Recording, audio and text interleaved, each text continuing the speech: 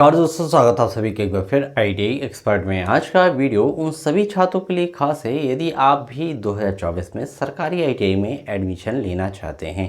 दोस्तों सरकारी आईटीआई में एडमिशन लेने के लिए जो प्रोसीजर है वो आज की वीडियो में आपको बताएंगे। सरकारी आईटीआई में एडमिशन क्यों लेना चाहिए, इसके दो सबसे बड़े फ़ायदे हैं। यदि आप सरकारी आईटीआई में एडमिशन लेते हैं तो यहाँ जो फ़ीस है तो सबसे कम फ़ीस होती है प्राइवेट आईटीआई की अपेक्षा, और दूसरा सबसे ज़्यादा होता है इस प्राइवेट आईटीआई की अपेक्षा सरकारी आईटीआई में जो कैंपस प्लेसमेंट की सुविधा होती है वो काफ़ी अच्छी होती है। काफ़ी सारे कैंपस प्लेसमेंट सरकारी आईटीआई में समय समय पे आते रहते हैं, जिसके माध्यम से कई सारे छात्रों को लाभ मिलता रहता है। उनकी जॉब्स व अप्रेंटिस के लिए कई सारे जो है अवसर सरकारी आईटीआई से मिलते रहते हैं। तो सरकारी आईटीआई में एडमिशन लेने का जो प्रोसीजर है वो आज की वीडियो में पूरा मैंने बताया हुआ है, तो वीडियो को पूरा ज़रूर देखिएगा। और साथ में यदि आपका चैनल पे आना पहली बार हुआ है तो चैनल को सब्सक्राइब करना मत भूलिएगा। तो दोस्तों मैं आपको ले चलता हूँ अपने बोर्ड की ओर, और बोर्ड में बताया है मैंने पूरा प्रोसीजर आईटीआई में एडमिशन लेने का। सरकारी आईटीआई में कैसे आप एडमिशन लेंगे, कैसे आप जो है तो वहाँ फॉर्म फिल करेंगे, सब कुछ मैंने बताया है आज के इस वीडियो का। पूरा प्रोसीजर आज के वीडियो में आपको बताएंगे। सरकारी आईटीआई में एडमिशन लेने का जो प्रोसीजर है वो प्राइवेट आईटीआई के प्रोसीजर से थोड़ा सा अलग होता है। प्राइवेट आईटीआई के एडमिशन का प्रोसीजर जो है तो मैं नेक्स्ट वीडियो में आपको बताऊंगा। आज सरकारी आईटीआई में एडमिशन लेने का प्रोसीजर आज के वीडियो में आपको बताने वाला हूं। तो देखिए इसमें सबसे पहले क्या प्रोसेस होती है उसको आपको समझना होगा। यदि आप इस पूरी प्रोसेस को समझते नहीं हैं तो आप आईटीआई में एडमिशन नहीं ले पाएंगे।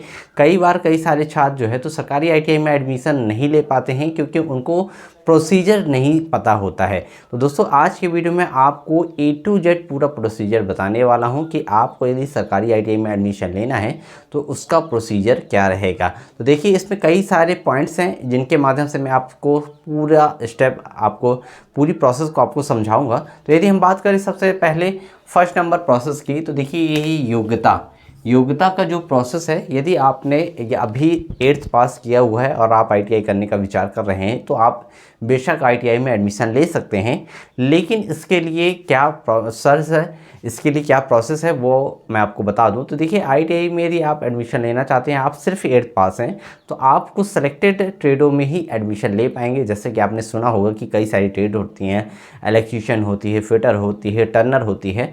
तो कई ऐसी जो ट्रेडें हैं तो उनके लिए एडमिशन लेने का जो क्राइटेरिया होता है वो 10th पास होता है। कुछ ऐसी ट्रेड्स होती हैं जैसे कि प्लम्बर हो गई, मिशन हो गई, इस तरह की कुछ ट्रेड्स हैं जिनमें आईटीआई में एडमिशन लेने के लिए जो प्रोसीजर है तो वो सिर्फ 8th पास रखा गया है। यदि आप 10th पास हैं तो अनचाही ट्रेड में एडमिशन ले सकते हैं, जैसे कि इलेक्ट्रीशियन है, फिटर है, डीजल मैकेनिक है, और भी बहुत सारी ऐसी ट्रेडें हैं जिनमें आप एडमिशन ले सकते हैं। ठीक है, तो ये तो हो गया आपकी योग्यता कि आप यदि 8th पास हैं तो भी आप आईटीआई में एडमिशन ले सकते हैं, वो भी कुछ सेलेक्टेड ट्रेडों में। यदि आपने 10th पास किया हुआ है तो आप अपनी मनचाही ट्रेड में एडमिशन ले सकते हैं। लेकिन अब इसके बाद एक सेकंड जो पॉइंट है वो आपके लिए जानना बेहद ज़रूरी है। आप एडमिशन ले तो लेंगे लेकिन उसके लिए एक प्रोसेस जो है तो आपको उससे गुजरना होगा। तो वो सेकंड प्रोसेस क्या होती है, परसेंट। क्योंकि सरकारी आईटीआई में जो सीटें होती हैं वो लिमिटेड होती हैं, कई सारे छात्र यहाँ आवेदन करते हैं एडमिशन के लिए। तो आपके यहाँ जो परसेंट है तो वो किस हिसाब से होना चाहिए वो मैं आपको बता दूँ। तो यदि आप 8th पास हैं, आप 8th पास करने के बाद आप आईटीआई में एडमिशन लेना चाहते हैं तो इसके लिए 8th में आपकी जो है तो मिनिमम 70% होने चाहिए, क्योंकि यहाँ सारा जो खेल होता है वो परसेंट का होता है। यदि आपकी ज़्यादा से ज़्यादा परसेंट है तो आप मेरिट का कट ऑफ है तो वो काफ़ी ज़्यादा जाएगा, क्योंकि कई सारे छात्र आवेदन करते हैं, आपसे ज़्यादा छात्र जो जिनके ज़्यादा परसेंट हैं उनके पहले चांसेस रहेंगे आने के। तो देखिए आपके यदि 70% है 8th में तो आपको सरकारी आईटीआई मिल सकती है, वो भी कुछ सेलेक्टेड ट्रेड जो कि 8th पास वाले छात्रों को दी जाती हैं। अब बात करते हैं 10th में। यदि आपके 80+ % हैं तो आप 10th पास करने के बाद आपने 80% ला लिए, अब आप आईटीआई में एडमिशन लेना चाहते हैं तो आप जैसे इलेक्ट्रीशियन में यदि एडमिशन लेना चाहते हैं, फिटर में लेना चाहते हैं, तो आपको क्या करना है कि आप जब काउंसलिंग का फॉर्म भरेंगे, आप जब एडमिशन का फॉर्म भरेंगे, ठीक है, तो उस समय आप जब आवेदन करेंगे तो हो सकता है कि आपका फर्स्ट राउंड में यहाँ नाम ना आए, अगले राउंड में आए, क्योंकि अब आज की डेट में कई सारे छात्रों के 10वीं में जो परसेंट है तो 98, 99, 85, 90 से एवं काफ़ी सारे छात्रों के परसेंट जा रहे हैं। तो इस कंडीशन में क्या होता है कि जब परसेंटेज हायर रहते हैं तो बिलो परसेंट वाले छात्रों को जो है तो फर्स्ट राउंड में एडमिशन नहीं मिल पाता है। यदि सीटें खाली रह जाती हैं तो नेक्स्ट राउंड में फिर से काउंसलिंग की जाती है और उसमें फिर आपका एडमिशन हो पाएगा। तो यहाँ देखिए, आपको यहाँ 10th में मैक्सिमम परसेंटेज लाने हैं, उसके आधार पे ही आपको वो पर्टिकुलर ट्रेड मिल पाएगी जिसमें आप एडमिशन लेना चाहते हैं, जैसे कि डीजल है या फिर इलेक्ट्रीशियन है, फिटर है। ठीक, अब हो गया। देखिए, सेकंड के बाद आता है थर्ड पॉइंट। थर्ड पॉइंट में आपको बता दें फ़ीस का जो क्राइटेरिया है, तो अलग अलग सरकारी ITI में अलग अलग स्टेट में अलग अलग क्राइटेरिया रखा गया है। कहीं कहीं ये टोटली निःशुल्क है, आपको एक भी रुपए एडमिशन के लिए नहीं देना होता है। कुछ राज्य ऐसे हैं जहां आपकी ITI में एडमिशन के समय आपको फ़ीस जमा करनी होगी। तो भी यदि हम बात करें तो 4 से 5 हज़ार रुपये में आपका जो है तो ITI कोर्स कंप्लीट हो सकता है यदि आप सरकारी ITI में एडमिशन लेते हैं। इसके बाद देखिए, आपको एडमिशन में कौन कौन से रिकॉर्ड देने होंगे। तो देखिए, ITI में आप जब एडमिशन लेते हैं तो उस समय आपको कुछ ऐसे रिकॉर्ड देने होंगे, जैसे कि 8th की, यदि आप 8th के बेस पे एडमिशन ले रहे हैं तो आपको 8th की मार्कशीट देनी होगी। 10th बेस पे ले रहे हैं तो आपको 10th की मार्कशीट देनी होगी। फिर आपको यहाँ जाति प्रमाण पत्र देना है, निवास प्रमाण पत्र आपका लगेगा, आय प्रमाण पत्र लगेगा, इसके बाद आपका आधार प्रमाण पत्र लगेगा। इसके साथ ही आपको 4 फ़ोटो, TC, और यदि आपका 10th करने के बाद यदि आपका गैप है तो आपको यहाँ गैप सर्टिफिकेट भी देना होगा। तो इस तरह से ये सारे डॉक्यूमेंट्स हैं जो आपको ITI एडमिशन के समय देने होंगे। अब इसका जो प्रोसीजर है, आप इसका फॉर्म कैसे भरेंगे, इसका फॉर्म कब आता है, उसके बारे में आप समझ लीजिए।